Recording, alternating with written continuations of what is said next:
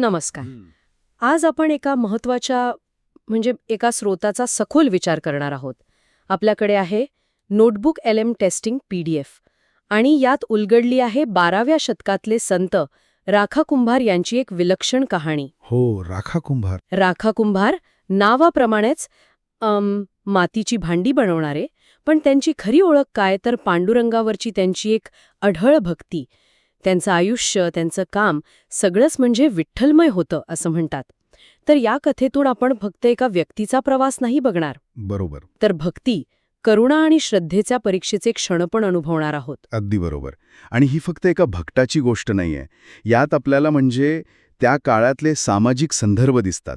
एका सामान्य माणसाच्या आयुष्यात आलेले एक नैतिक संकट आणि त्यातून बाहेर पडायला त्याने केलेला देवाचा धावा. पण सगळ्यात महत्त्वाचं काय तर एका अनपेक्षित घटनेने त्यांच्या आयुष्याला जी कलाटणी मिळाली ती. ही भक्ती फक्त नामस्मरणापुरती नव्हती असं दिसतंय. म्हणजे स्रोत सांगतं की राका कुंभार जेव्हा माती तुडवायचे तेव्हा पण त्यांच्या तोंडी विठ्ठलाचं नाव असायचं. इतकंच काय, म्हणजे हे थोडं अद्भुत वाटेल की त्यांनी बनवलेल्या मडक्यांवर थाप मारली तर टन टन नाही. गोष्ट अशी आहे की राका कुंभारांनी नेहमीसारखी मातीची भांडी बनवली आणि ती भट्टीत म्हणजे आव्यात भाजायला लावली. ही प्रक्रिया तशी वेळखाऊ असते. साधारण 2-3 दिवस ती भट्टीत जळत राहते आणि आत प्रचंड म्हणजे खूप उष्णता असते. आणि याच दरम्यान काहीतरी वेगळं घडलं, अनपेक्षित. हो, झालं असं की भट्टी लावल्यानंतर काही वेळानं राका कुंभारांचं लक्षात आलं की एक मांजर त्यांच्या घराभोवती खूप अस्वस्थपणे फिरते आहे, व्याकुळ होऊन ओरडते आहे. तिची ती तगमग पाहून त्यांना काहीतरी गडबड असल्याची शंका आली. त्यांना लगेच कळलं असेल का की काय झालं असावं? कदाचित लगेच नाही, पण त्या मांजरीची ती अवस्था बघून आणि थोडा विचार केल्यावर त्यांना एक धक्कादायक गोष्ट आठवली. त्यांना आठवलं की काही वेळापूर्वी काही मांजरीची पिल्लं खेळता खेळता त्यांनी आव्यात लावण्यासाठी तयार ठेवलेल्या मडक्यांमध्ये शिरली होती. आणि नकळतपणे ती पिल्लं आत असतानाच त्यांनी ती मडकी आव्यात रचली आणि आवा पेटवून दिला. अरे देवा, म्हणजे ती बिचारी पिल्लं त्या जळत्या भट्टीत अडकली होती. ही जाणीव झाल्यावर काय अवस्था झाली असेल त्यांची? स्रोत काही सांगतं याबद्दल? कसं वाटलं त्यांना? स्रोत सांगतं की त्यांना प्रचंड दुःख झालं, पश्चाताप झाला. आपल्या हातून नकळतपणे का होईना पण एक मोठी जीवहत्या घडणार या विचारानं ते हादरून गेले. अपराधीपणाची तीव्र भावना त्यांच्या मनात आली. त्या मांजरीबद्दल आणि तिच्या पिलांबद्दल खूप करुणा वाटली त्यांना. पण आता काय करणं शक्य नव्हतं. आवा पेटलेला होता. त्यात हात घालणं म्हणजे स्वतःचा जीव धोक्यात घालण्यासारखंच होतं. ही तर फार मोठी अडचण झाली. म्हणजे नैतिक आणि भावनिक कोंडी. एका बाजूला निष्पाप जीवांचा मृत्यू दिसतोय, दुसरीकडे काहीच करू शकत नाही अशी असहायता. मग काय केलं त्यांनी?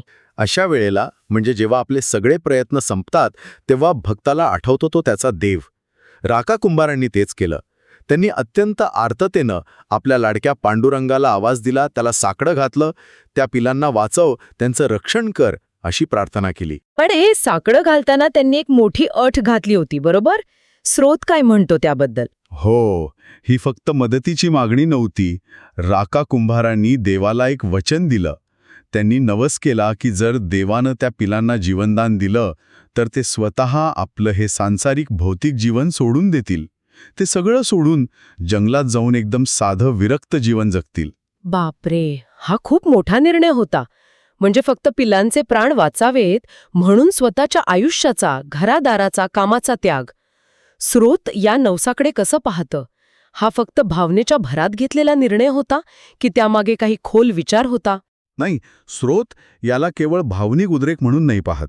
यात राका कुंभारांची पराकोटीची करुणा दिसते, त्या मुक्या जीवांबद्दलची तळमळ. त्याचबरोबर पांडुरंगावरची त्यांची अढळ श्रद्धा पण दिसते. त्यांना खात्री होती की पांडुरंग काहीतरी करू शकतो. आणि तिसरी महत्त्वाची गोष्ट म्हणजे त्यांनी स्वतःला जबाबदार धरलं. जरी नकळत घडलं तरी त्या घटनेची नैतिक जबाबदारी त्यांनी घेतली आणि स्वतःसाठी एक कठोर प्रायश्चित्त निवडलं. हा त्यागाचा संकल्प होता.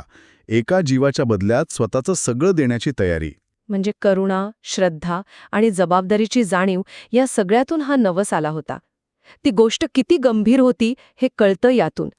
मग पुढे काय झालं? ते 3 दिवस ते कसे गेले असतील त्यांचे? ते 3 दिवस राका कुंभारांसाठी खूप कठीण गेले असणार. एका बाजूला आपण केलेल्या नवसाची चिंता, दुसऱ्या बाजूला त्या पिलांचं काय झालं असेल याची धाकधूक आणि तिसरीकडे पांडुरंग आपलं ऐकेल की नाही याची उत्सुकता. स्रोत या दिवसांबद्दल जास्त काही सांगत नाही, पण आपण कल्पना करू शकतो की ते क्षण त्यांनी फक्त पांडुरंगाच्या नामस्मरणातच घालवले असतील. आणि मग ती वेळ आली भट्टी उघडायची. त्या क्षणाबद्दल काय सांगतं स्रोत? 3 दिवसांनी जेव्हा भट्टीकुंड झाली आणि राका कुंभारांनी आव्यातली भांडी बाहेर काढायला सुरुवात केली, तेव्हा त्यांना एक मोठ्या आश्चर्याचा धक्का बसला. त्या राखेतून, त्या भाजलेल्या भांड्यांमधून ती मांजरीची पिल्लं जिवंत आणि सुखरूप बाहेर आली आणि धावत आपल्या आईकडे गेली. खरंच? इतक्या प्रचंड उष्णतेत ती वाचली? हे तर म्हणजे अविश्वसनीय आहे. स्रोत या घटनेचं वर्णन कसं करतं? चमत्कार म्हणून? हो, अगदी.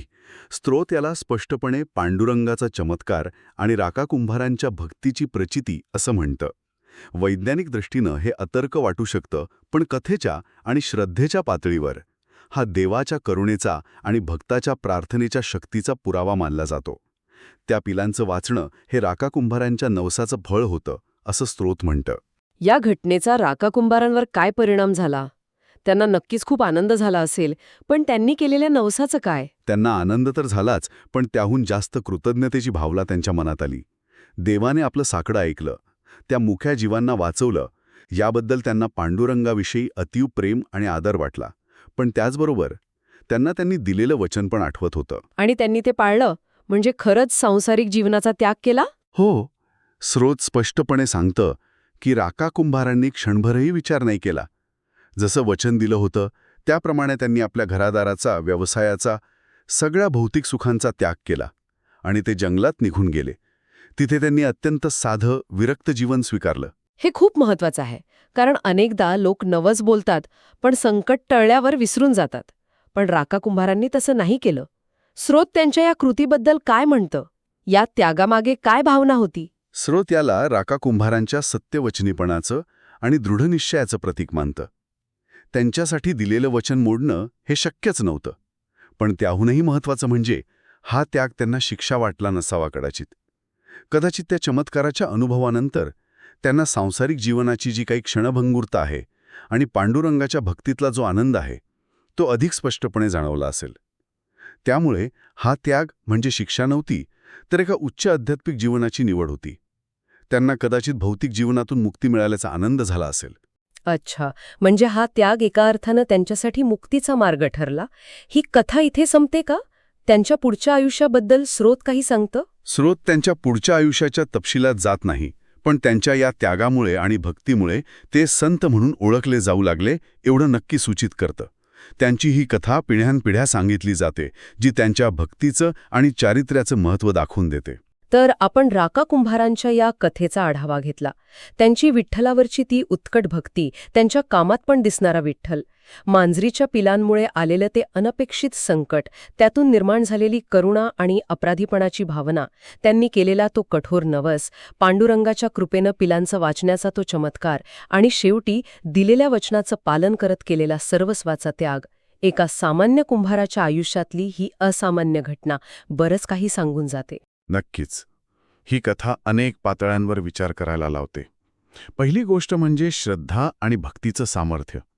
दुसरी म्हणजे करुणा फक्त माणसांप्रती नाही, तर मुक्या जीवांप्रती असलेली संवेदना. तिसरी म्हणजे वचनाचं पालन आणि नैतिक जबाबदारीची जाणीव.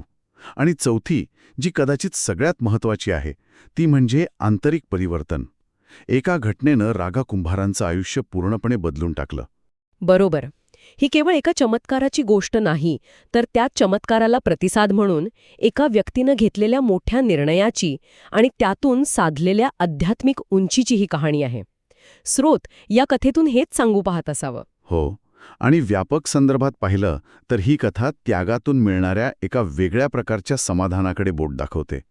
भौतिक सुखांच्या पलीकडे जाऊन जगण्यात पण एक आनंद, एक समाधान असू शकतं, हे राका कुंभारांच्या उदाहरणातून दिसतं. त्यांनी निवडलेला मार्ग हा एका अर्थानं आत्मशोधाचा आणि परमात्म्याच्या जवळ जाण्याचा मार्ग होता. ही कथा ऐकल्यावर मनात खरंच अनेक विचार येतात. श्रद्धा, करुणा, त्याग या मूल्यांचा आपल्या आजच्या जीवनात काय स्थान आहे याचा विचार करायला हवा. अगदी. आणि जाता जाता एक विचार करण्यासारखा मुद्दा सोडून जातो. राका कुंभारांनी निवडलेला तो त्यागाचा आणि साधेपणाचा मार्ग आजच्या जगात आपल्याला काय शिकवतो? आजच्या या भौतिक जगात जिथे अधिकाधिक मिळवण्याची स्पर्धा आहे, तिथे कमी असण्यात किंवा साधेपणात समाधान शोधणं शक्य आहे का? खऱ्या अर्थानं साधं जीवन म्हणजे नक्की काय आणि ते आपल्याला आंतरिक शांती देऊ शकतं का? यावर विचार करायला नक्कीच वाव आहे.